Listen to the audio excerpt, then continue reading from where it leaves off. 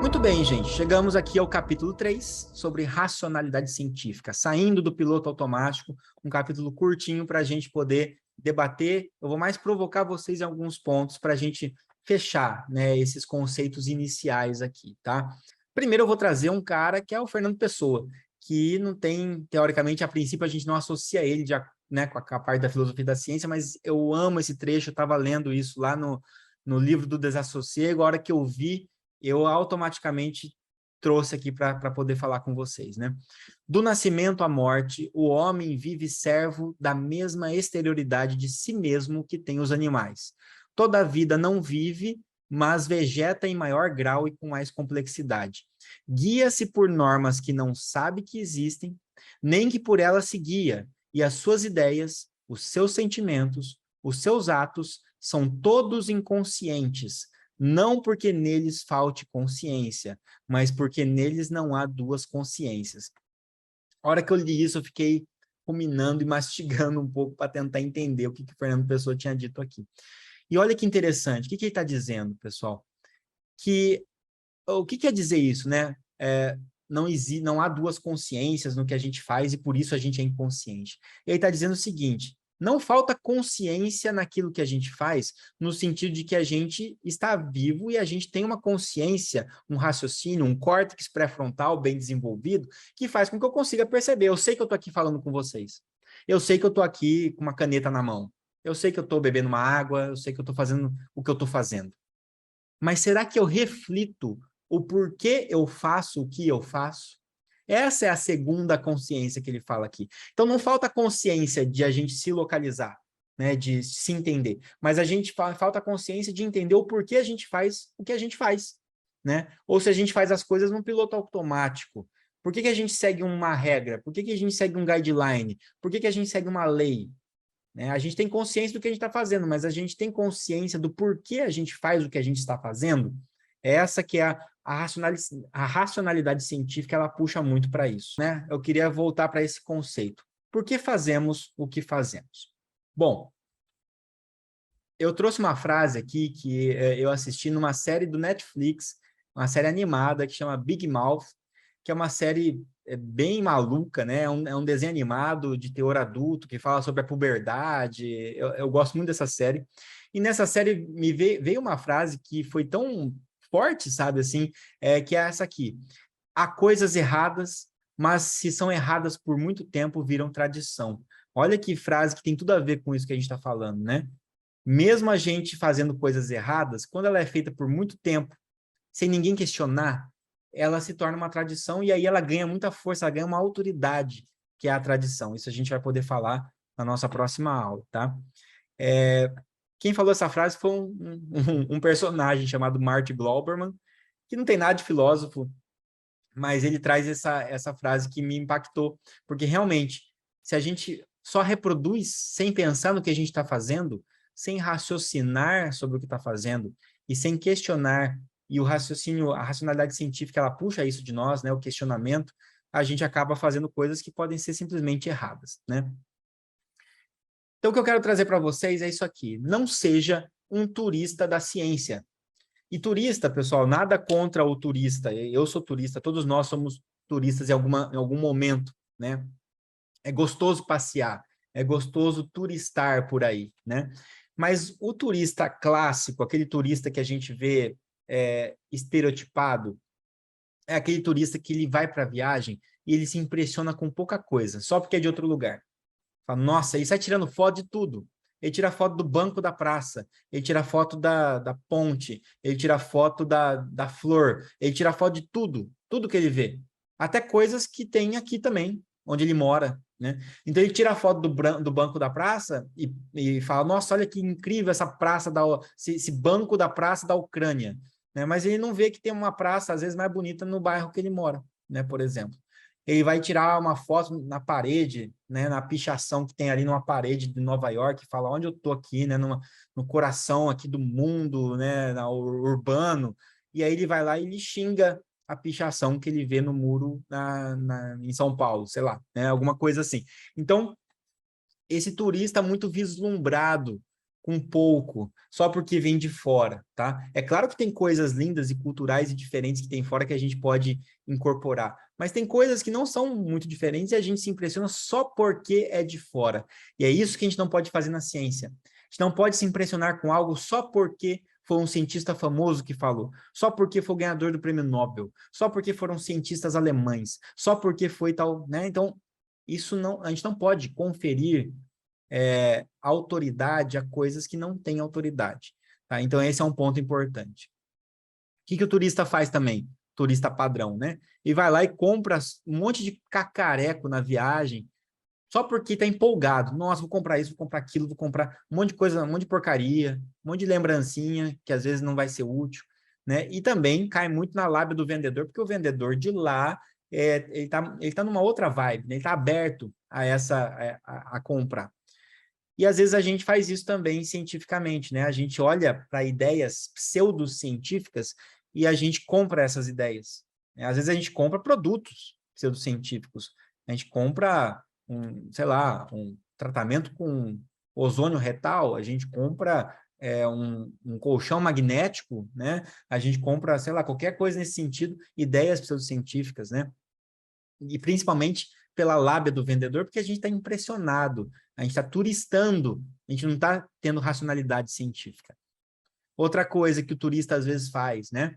O turista vai lá e não se importa com a história do local, com a situação das pessoas que vivem ali. Ele vai lá, foi para uma região que tem praia, uma região que tem cachoeira, só que é uma região que está há meses numa seca terrível, está precisando chover, senão a população de lá está tendo que racionar a água e tudo mais, mas ele chega lá, começa a chover e fala, putz, choveu, que saco, né? Não era para chover. Quer dizer, ele não está nem um pouco preocupado com a situação das pessoas que vivem ali, que para elas a chuva era importantíssima.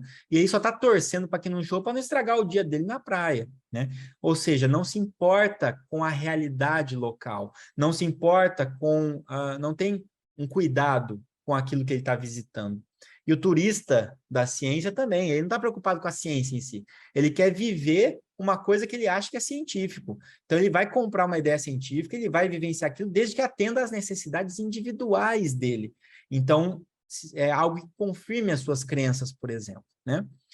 O turista também, ele gosta de se gabar da viagem. Todo mundo gosta, né, de postar uma foto bonita da viagem que fez e tal, mas às vezes também é um lugar que foi horrível ter visitado, e seria muito bom você alertar as pessoas que não é um bom lugar para ir. Mas para não parecer que você errou a escolha do seu destino ou que você gastou dinheiro à toa, você vai lá e posta uma foto e escreve, nossa, que lugar maravilhoso, melhor viagem que eu já fiz na vida, tal. Foi a pior, foi um inferno a viagem, mas você posta isso.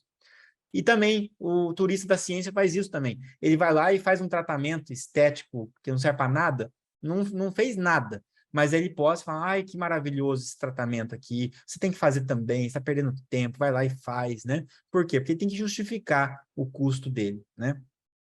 E qual a consequência disso? É o item 5, né? É a gente viajar apenas por viajar sem se enriquecer com isso, né? E eu não estou falando aqui que a gente tem que ficar viajando e estudando na viagem, né? Nada disso, mas estou falando que a gente tem que trocar, ter trocas, né? Enriquecedoras. Então, o turista padrão, ele vive numa ilusão e já tem uma concepção prévia. Ele acha que a França é tomar vinho embaixo da Torre Eiffel, né? É isso que ele acha que vai fazer. Então, quando ele vai para a França, ele vai tomar vinho embaixo da Torre Eiffel, só. E ele volta. E ele vive o que ele achou que ele ia viver. Pronto. Não teve nada, ele não descobriu nada novo, ele não confrontou nada, né? Ele não acrescentou nada. E isso é um perigo quando a gente olha para a ciência só por olhar, né? E a gente só pega aquilo que confirma a nossa expectativa. E aí a gente vive uma ilusão que confirma a nossa expectativa. Então, não sejamos turistas da ciência. E outra coisa que eu queria trazer para vocês, e aqui é mais o pessoal que for mais velho que nem eu, né? Os mais jovens aí talvez não entendam o que é essa imagem, é uma série dos anos 90, muito famosa, chamada de Arquivo X. E por que eu trouxe essa série aqui? Quem não conhece, assista, é legal assistir, mesmo com a estética muito antiga, ela é bem bacana. Então, nessa série, tinham dois funcionários, né, agentes do FBI, que ficaram delegados para um departamento que recebe muito pouco investimento, que é para investigar atividades paranormais, atividades extraterrestres, etc. E nesse departamento tem dois agentes, o Mulder, Fox Mulder, e a Dana Scully. Então, são os dois colegas aí, né? O Mulder, ele usa muito essa frase aqui, ó, que é até um dos motes da série, né? Uma das frases mais clássicas da série. I want to believe. Eu quero acreditar. Então, o trabalho que ele faz é apaixonado, querendo encontrar algo. Então, ele vai atrás das coisas paranormais, dos extraterrestres, sempre pensando que aquilo é uma possibilidade de que seja um ET mesmo, de que seja uma coisa paranormal, porque ele quer acreditar. E tem um contraste com a colega de trabalho dele, que é mais cética, que é a Scully, que ela fala, ó, Mulder, a verdade está lá fora, mas também as mentiras estão lá fora. E a gente tem, então, esse contraste de duas frases. Eu quero acreditar e a verdade está lá fora. Então, a Dana, ela é mais, a Scully, né? Ela é mais cética. E ela questiona mais. E ela busca algo, a verdade, sabendo que tem muita coisa fingindo ser verdade lá fora. Enquanto o Mulder já quer mais acreditar, né? Então, ele tem um pensamento mais de crença, de confirmação de crença, né? De reforçar o que ele já sabia, que é um pensamento menos científico. Então, a Scully, ela está mais no caminho do pensamento científico. E ele menos, né? E aí vem essa frase, né? A frase clássica do Sagan: afirmações extraordinárias necessitam de evidências extraordinárias, né? Então, eu gostaria de fechar essa parte aqui, né? Para a gente trabalhar com essas frases do arquivo X, né? Se eu quero acreditar, eu vou acabar encontrando muita coisa que confirma a minha crença e eu não vou aprender nada, eu não vou descobrir coisas novas, eu não vou ter racionalidade científica, eu vou ficar só confirmando mentalmente tudo que eu já acredito. Ou seja, eu não fiz nada, eu fiz um raciocínio circular. O interessante é ter uma dúvida e buscar respostas para essa dúvida, né? É provável que a verdade esteja lá fora. Quando a gente fala fora, é fora, fora de nós, né? Estrangeiro à nossa subjetividade. E nesse sentido, a racionalidade científica é o meio mais eficiente para a gente se aproximar dessa verdade, dessa realidade, né? Que a gente usa a ciência para reduzir essas incertezas. Então, pessoal, raciocinar cientificamente é contraintuitivo. É um processo ativo que demanda prática, empenho, e os benefícios costumam ser colhidos a médio e a longo prazo. Então, é desafiador usar a ciência e o pensamento científico para nortear nossas decisões, mas é a melhor forma da gente conseguir se desligar um pouco do piloto automático. E o senso comum, apesar de ser útil, ele nos joga com tudo no piloto automático. Ele é o amigo da rotina, né? E faz com que a gente fique repetindo padrões aí sem pensar sobre o que a gente faz. Isso faz com que a gente também fique escravo desse senso comum e das crenças que governam as nossas vidas, né? Que muitas vezes é de maneira irracional. Então, a gente precisa do pensamento científico para isso. Então, para fechar, pessoal, essa aula de hoje, eu quero trazer outra frase do Sagan. Vocês vão me ver trazer muito Sagan aqui, porque eu sou apaixonado pelas coisas que ele escreve, é um grande divulgador científico, né? Descobrir a gota ocasional de verdade no meio de um oceano de confusão e mistificação requer vigilância e dedicação e coragem. Mas, se não praticarmos esses hábitos rigorosos de pensar, que é a racionalidade científica, né? Não poderemos solucionar os problemas verdadeiramente sérios com os quais nos defrontamos. Então, a racionalidade científica é uma forma da gente também resolver problemas e avançar e progredir, né? O progresso vem muito disso, dessa forma de pensar.